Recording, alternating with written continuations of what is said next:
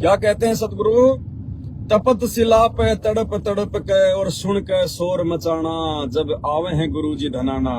जब उस परमपिता परमेश्वर सतगुरु रामपाल जी भगवान की आत्माओं को ये काल, जब ये आत्माएं नकली गुरुओं के चक्कर में आकर या मनमाना आचरण करते हुए उल्टी भक्ति साधना करती हैं और मरने के बाद इनकी मुक्ति होती नहीं है, फिर काल ने क्या व्यवस्था कर रखी है। जब आप सृष्टि रचना सुनेंगे संत रामपाल जी भगवान से, तब पता चलेगा काल सबसे ऊपर रहता है 21वें ब्रह्मांड में, वहां किसी को नहीं आने देता।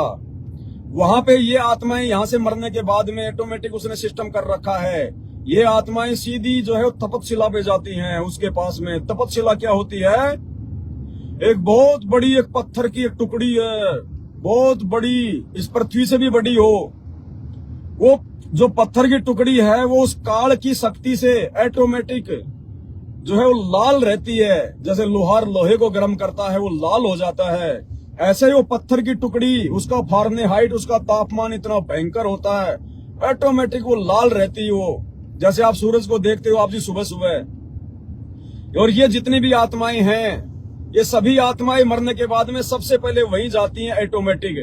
और उस तपतशिला के ऊपर काल इनको भून भून के खाता है, जैसे हम लोग जीरा सेकते हैं ना तवे को गर्म करके, ऐसे फिर ये आत्माएं, क्योंकि शरीर तो हम यहाँ छोड़ जाते हैं, शरीर के अंदर जो आत्मा है, जो रूह है, उसका भी शरीर जैसा ही आकार है। वो आत्मा मरती नहीं, उस आत्मा को पीड़ा बहुत ज्यादा होती है लेकिन वो मरती नहीं है। तो आत्मा रूप में वहां पे उनको जलाया जाता है, उनको भूना जाता है। और भून के क्या होता है, जैसे हम लोग गन्ने का मशीन में जूस निकालते हैं, फिर हम जूस को पीते हैं। तो ये इंसान चाहे स्त्री हो या चाहे ये पुरुष हो, ये जब तक सच्चे गुरु की शरण में नहीं रहता है और नकले संतों की शरण में आके या उनके शरण में ना आके जितने भी कुकर्म करता है, ये शराब पीता है, मांस खाता है, चोरी जारी उल्टे सीधे कर्म कुकर्म झूठ मिलावट कुछ भी, तो इस आत्मा में उसकी जो वासना है वो जमा होती रहती है। जैसे लोग मिलकर शराब पीते हैं, अब शराब कोई मीठी चीज थोड़ी है। अब शराब जब पिएगा उसको मन को आनंद आ रहा है, काल को आनंद आ रहा है, वो वासना हमारे शरीर में जमा हो जाती है सूक्ष्म रूप में। ये कंप्यूटराइज बॉडी है परमात्मा की, इसमें बहुत पार्ट हैं। ये इंसान ने नहीं बनाया, ये परमेश्वर ने बनाया है। तो ऑटोमेटिक वो वासना जमा हो जाती है। इंसान मांस खाता है, मांस का जो स्वाद उसको महसूस होता है वो मांस की वासना होती है। वो वासना ऑटोमेटिक जमा हो जाती है, उस काल की खुराक है। और बाकी ये खा के अपना पेट भर लेता है, सुबह जो हमल के लैट्रिन में निकाल के आ जाता है। फिर हम लोग जूस पीते हैं, जूस के अंदर जो एक आनंद आता है, वो आनंद क्या है? वो वासना है, वो गंध है। हम लोग कोई भी खाना खाते हैं, समोसे, कचौरी, पकौड़ी, बालूशाही, गुलाब जामुन, जलेबी, लड्डू, उसकी एक वासना, उसका जो एक मिठास होती है, जो आनंद होता है, वो आनंद हमारे अंदर जमा हो जाती है, वासना। और जब ये इंसान मरता है या जैसे कोई मतलब व्यभिचार करता है या जैसे कोई अनैतिक संबंध बनाता है किसी माता बहन के साथ में, तो एक विषय विकार की जो एक वासना होती है, वो वासना इसमें जमा होती रहती है। और जब ये प्राणी शरीर छोड़ के जाता है तो वासना इसकी समाप्त हो नहीं सकती, क्योंकि वासना को तो सतगुरु रामपाल जी भगवान ही समाप्त कर सकते हैं। ये कबीर परमात्मा ही समाप्त कर सकता है, जो आज धरती पर आया हुआ है अपनी सत्य भक्ति देके हमें इन चीजों से पीछे हटा के। तो जब ये आत्मा रूप में प्राणी तपतशिला पे जाता है तो परमात्मा कहते हैं वहां काल इसको तपतशिला पे डाल देता है, पत्थर की टुकड़ी पे। वहां ये भाग नहीं सकता, कहीं जा नहीं सकता, इसको एक सिस्टम में बांध दिया जाता है। और फिर ये तड़पता है वहां पे। अब इतने भयंकर तापमान, वहां पे आदमी कैसे टिके? माता बहनें जो चूल्हे पे खाना बनाती हैं वो भी आग को सहन नहीं कर पाती ज्यादा देर तक। तो वो तो उसका तो फारेनहाइट का पता नहीं, उसके तो तापमान का पता नहीं। सूरज से भी ज्यादा गर्म है, सूरज से भी कई गुना। उसको वहां पे वो काल कई देर तक वहां पे उसको, जब तक वो बेहोश नहीं हो जाती वो आत्मा, जब उसकी सारी वासना निकल जाती है, जितना भी जीवन में उसने कर्म कुकर्म किए, जब उसकी सारी गंध, उसकी सारी वासना निकल जाती है, पूरी समाप्त हो जाती है, काल उस वासना को पी लेता है, उसको अंदर खा लेता है। उसके बाद वो आत्मा बेहोश हो जाती है। जैसे गन्ना कितना मोटा मोटा गोल गोल होता है, और जब मशीन में बार बार देके उसका रस निकाल दिया जाता है तो वो पिचक जाता है, वो बेहोश हो जाता है बेचारा। ये भाई साहब छोड़ दे, अब तो छोड़ दे यार, भाई साहब क्यों मेरे पीछे लग रहा है यार। तब वो उसको फेंकेगा। मजाल की कोई चींटी एक टप का रस भी खा ले उसका, इतना निचोड़ देता उसको। तो इस आत्मा को ये काल उस गन्ने की तरह निचोड़ देता है पूरा, उसकी वासना खा लेता है। फिर इस आत्मा को छोड़ देता है। फिर परमात्मा कहते हैं ये आत्मा फिर धर्मराज के दरबार में आती है, ऑटोमेटिक लाइन में खड़ी हुई मिलती है काल की शक्ति से। फिर धर्मराज वहां पे देखेगा, बेटा तू धरती पर था 20 साल तक, 50 साल तक या 100 साल जिया, बेटा तूने कितने कर्म को कर्म किए, कितनी तूने भक्ति करी, सारा हिसाब किताब निकाल के कि तूने अच्छे कर्म इतने किए, बुरे कर्म इतने किए, अच्छे कर्म के बदले में इतने दिन हम तेरे को स्वर्ग में रखेंगे, देव देवता बनाएंगे, देव देवताओं के नौकर बनाएंगे, और तूने बुरे कर्म इतने किए, इतने वर्ष, इतने युग हम तेरे को जो है नरक में ठोकेंगे। जब स्वर्ग और नरक दोनों का समय पूरा हो जाता है, फिर इसको धरती पर नीचे पटक दिया जाता है। थोड़े बहुत अच्छे कर्म होते हैं तो इसको कोई मतलब मानव जन्म मिल जाता है, कोई सेठ बन जाता है तो कोई भिखारी भी जो है वो बना रहता है। फिर मानव शरीर समाप्त होने के बाद फिर इसको 84 लाख योनियों में गधा, कुत्ता, सुअर बनने के लिए छोड़ जाता है इसको। तो ये दुर्गति होती है। और जब ये प्राणी तपस्या पे जाता है, वहां पे ये चिल्लाता है, चीखता है, रोता है, हे भगवान बचा ले, हे परमात्मा बचा ले, क्योंकि आत्मा को परमात्मा याद रहता है, ये मन बकवाद करता है। जब विशेष आपत्ति आती है, यहाँ मान लीजिए आपके माता पिता भी हैं, रिश्तेदार भी हैं, और आप किसी की भी भक्ति कर रहे हैं देवी देवता की, लेकिन जब आपके ऊपर कोई विशेष आपत्ति आएगी ना भयंकर, आप भूल जाओगे माता पिता को। हम लोग भूल जाते हैं हनुमान जी को, श्री राम को, अयोध्या मंदिर को, देवी देवताओं को, अल्लाह फल्लाह को भूल जाते हैं हम। ये आत्मा उस समय एक ही पुकार करती है। मुसलमान तो कहेगा हे अल्लाह, हे अल्लाह, हे अल्लाह, हिंदू कहेगा हे परमात्मा, हे परमात्मा, हे भगवान, हे परवरदिगार। अब ना तो हिंदुओं को पता हुआ परवरदिगार कौन है, और ना मुसलमानों को पता हुआ अल्लाह कौन है। चीखते रहो, चिल्लाते रहो, ऐसे अल्लाह परवरदिगार नहीं आता। तो जब ये आत्मा वहां तपस्या पे रोती है, चीखती है, चिल्लाती है, तो वहां शरीर तो होता नहीं है, वहां तो आत्मा होती है। तो आत्मा की पुकार सुन के वो दयालु परमात्मा, वो सत्य पुरुष, वो कबीर भगवान, वो सतगुरु रामपाल जी भगवान, फिर अपने बच्चों का वो चीख पुकार सुन के, उनका शोर शराबा सुन के, जब वो तपस्या पर चीखते हैं, तब वो परमात्मा दया करके हम नीचों के लिए इस धरती पर आता है कि मेरे बच्चों को मैं ज्ञान दूंगा, सृष्टि रचना बताऊंगा कि क्यों तुम यह तपस्या का कष्ट भोग रहे हो, क्यों तुम गधे कुत्ते सुअर बन रहे हो, क्यों तुम्हारी इतनी दुर्गति हो रही है। मानव शरीर में भी तुम सुखी नहीं, किसी का एक्सीडेंट हो जाता है, किसी का टांग कट जाती है, कोई बीमार पड़ा रहता है, कोई गरीबी की हालत में जीता है, कोई किसी को दुखी कर रहा है, कोई किसी को परेशान कर रहा है कि भाई चलो तुम हमारे साथ में सतलोक चलो, सदा सदा का सुख, ना मरना, ना गड़ना, ना तपस्या, ना दुख, ना परेशानी, ना कभी मरना, ना कभी बूढ़ा होना। तो जो भाग्यवान आत्मा होती है वो तो अपने बाप की बातों को पहचान जाती हैं, और परमात्मा की भक्ति करके ना उनको तपस्या पे जाना, ना उनको गधा कुत्ता बनना, ना उनको दोबारा से मानव शरीर लेके सारे दुख भोगने।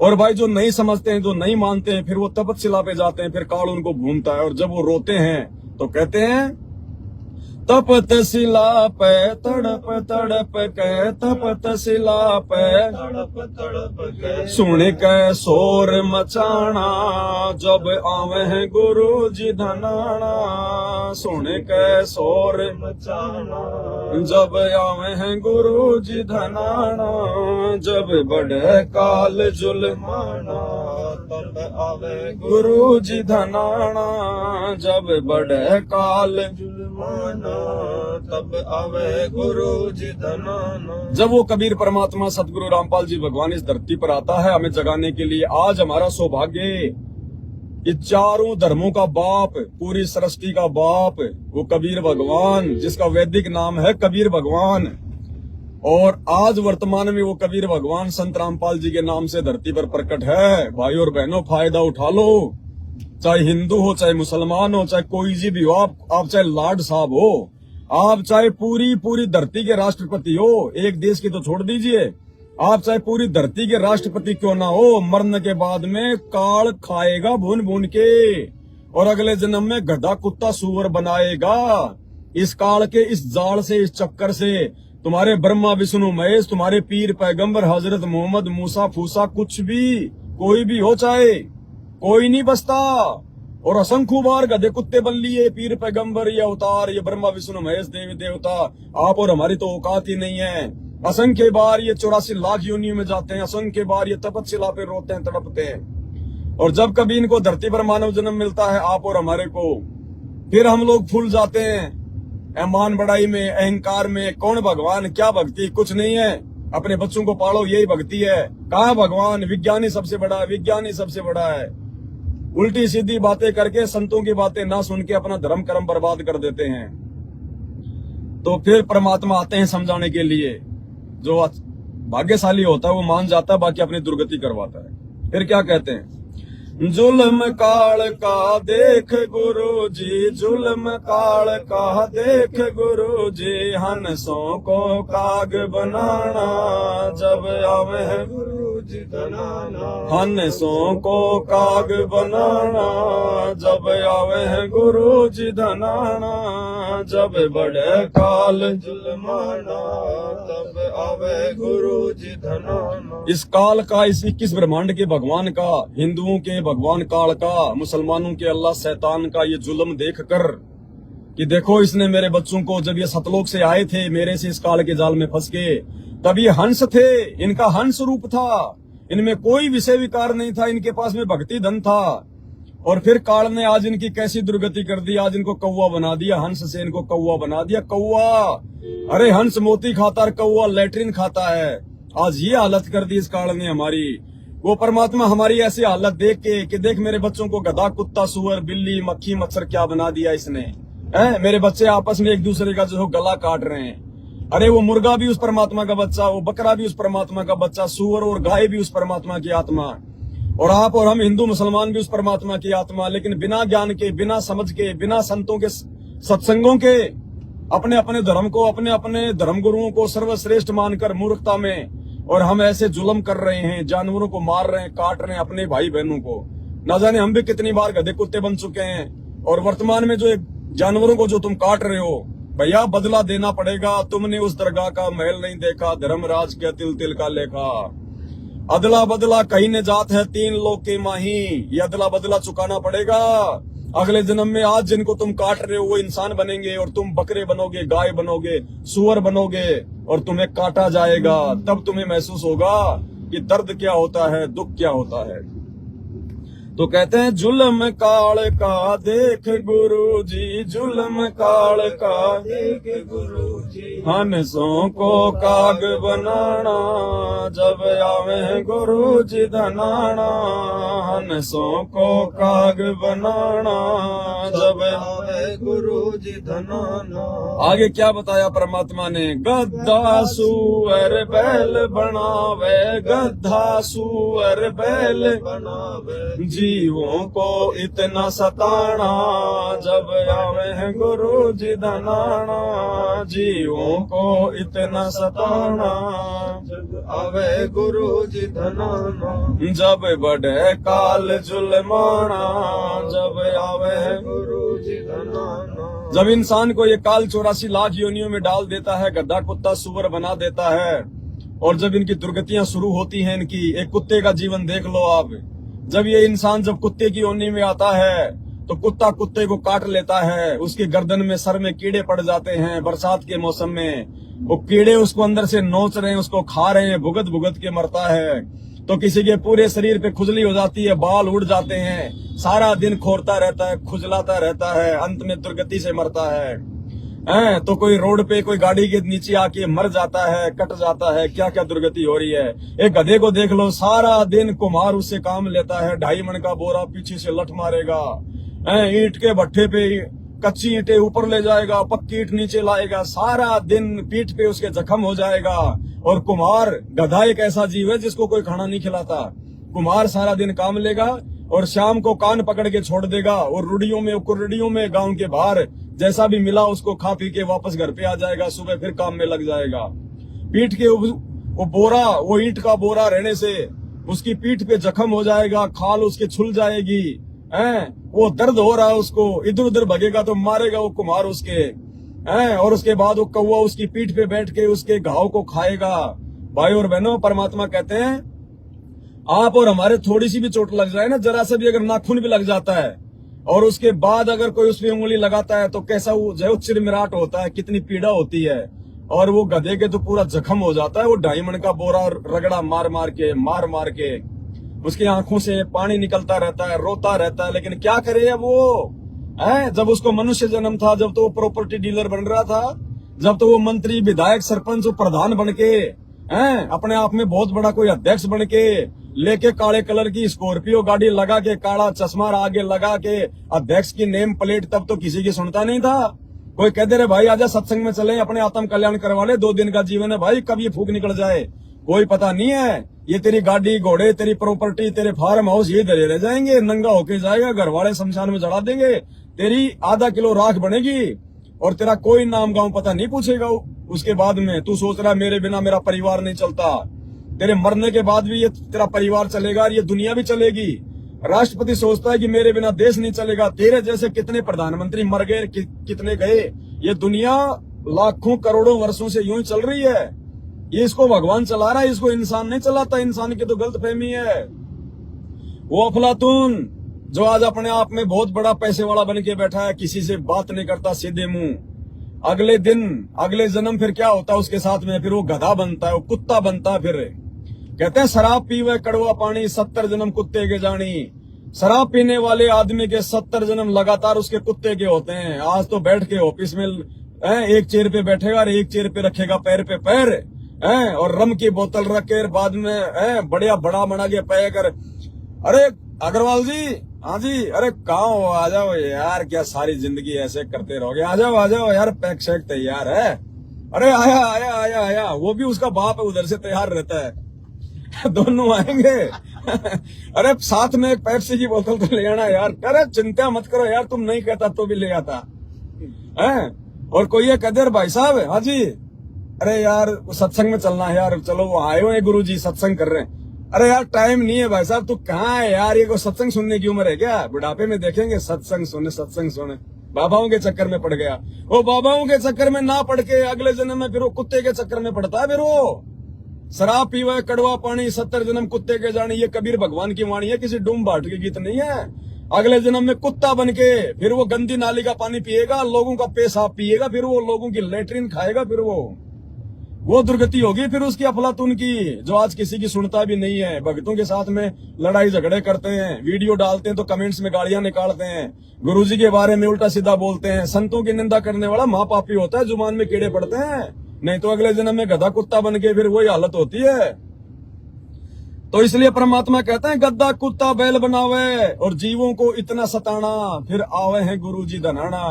फिर भी वो दयालु परमात्मा दया करता है। अरे इंसान तो छोड़िए, सतगुरु रामपाल जी भगवान कोई इंसान नहीं है, मूर्खो मत बह में रहना।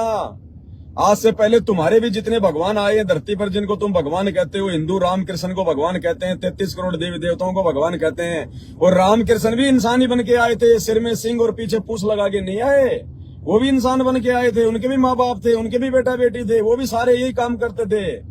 उन्होंने तो उल्टा लड़ाई झगड़े और किए पूरी जिंदगी उन्होंने, और आज तुम उनको भगवान कह रहे हो।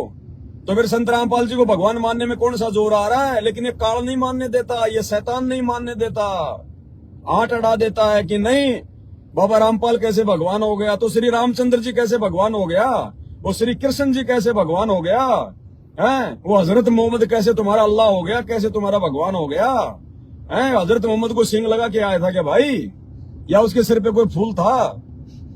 तो कहने का मतलब है साधु संतों के वचनों से पता चलेगा कि क्या भगवान है और क्या शैतान है। तो इसलिए फिर परमात्मा धरती पर प्रकट होते हैं अपने बच्चों को थोड़े राहत देने के लिए कि ये निकम्मी अगर अब भी मेरी बात मान जाएंगे तो अब भी मैं इनको अपने साथ अपने सतलोक ले जाऊंगा, जहाँ पे ना 84 लाख योनियों में जाना, ना बूढ़ा होना, ना मरना, सदा सदा का सुख है वहां पे। इससे ये तो गंदा लोक है, ये तो 4th क्लास की स्थिति है। जैसे नौकरियां होती है ना, एक चपड़ासी की नौकरी, एक बाबू की नौकरी, एक प्रिंसिपल की नौकरी, एक जिला कलेक्टर की नौकरी। तो ये जो धरती है और वर्तमान में आप जिसको सुख मान रहे हैं, ये गाड़ी घोड़े कार बंगले मंत्री प्रधानमंत्री हैं, कहते हैं ये तो बिल्कुल 4th क्लास की चीजें, 4th क्लास की चीजें हैं। वो सतलोक में इतने सुख है, वहां की विज्ञान इतनी लेटेस्ट है, इतनी हाई टेक्नोलॉजी है वहां की विज्ञान है।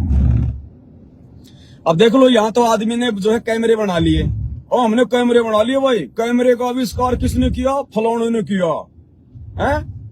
अरे वो कैमरे का जिसने आविष्कार किया उसके कैमरा किसने बनाया? उस कैमरा बनाने वाले का कैमरा किसने बनाया? उस कैमरा बनाने वाले की ये आंख, ये कैमरा अगर वो भगवान नहीं बनाता तो क्या खाक वो दुनिया के लिए कैमरे बनाता? क्या खाक कैमरा बनाता वो? इस कैमरे को किसने बनाया? ये दुनिया का सर्वश्रेष्ठ कैमरा, बिना लेंस का कैमरा, बिना औजार का कैमरा है। और 100 साल तक चलने वाला कैमरा, किधर भी घुमा लो इसको रोटेशन में 90 डिग्री पे, 60 डिग्री में। तुम्हारे कैमरे तो आज घूमने लगे हैं, ये 2 4 5 साल में लोगों ने घूमने वाले कैमरे बनाए। ये भगवान ने करोड़ों साल से किसी भी एंगल में घुमा लो इसको, ऊपर नीचे आगे पीछे, कभी भी इसको बंद कर लो, कभी भी खोल लो। ये है वो असली कैमरा जो भगवान ने बनाया है। उसकी इबादत करो, उसकी पहचान करो। वो भगवान आज धरती पर संत रामपाल जी आ चुका है। स्कैनर बना लिए, स्कैनर बना लिया। अरे सबसे बड़ा स्कैनर ये है, सबसे बड़ा स्कैनर ये। 20 प्रकार के नोट रख दो सामने, 2 रुपए का, 5 रुपए का, 10 रुपए का, 50 रुपए का, 100 रुपए का, 500 रुपए का, 1000 रुपए का, 2000 रुपए का। और चाहे अमेरिका की जो करेंसी रख दो, चाहे नेपाल की रख दो। और फिर कोई ये कहे कि भाई साहब इसमें भारत का 5 रुपए का नोट कौन सा है जरा बताओ, ये स्कैनर तुरंत स्कैन कर देगा एक बार देखते ही। और ये बड़ा भाई 5 रुपए का नोट, इंडियन करेंसी, ये है वो स्कैनर। तुमने इसका पलक कोई लाइट में लगा रखा है क्या? कोई मशीन घुमानी पड़ती है क्या? इसको ऑन ऑफ करना पड़ता है क्या? अरे ये जितनी भी टेक्नोलॉजी, जितने भी वैज्ञानिक साधन वर्तमान में हम देख रहे हैं, ये सारे इस बॉडी में परमात्मा ने ऑलरेडी फिट कर रखे हैं, ऑलरेडी फिट कर रखे हैं। उस बंदी छोड़ने हैं। सतगुरु रामपाल जी भगवान ने, सबसे बड़ा गॉड, सबसे बड़ा अल्लाह वो है। उसकी पहचान करो, संत रामपाल जी के सत्संग सुनो।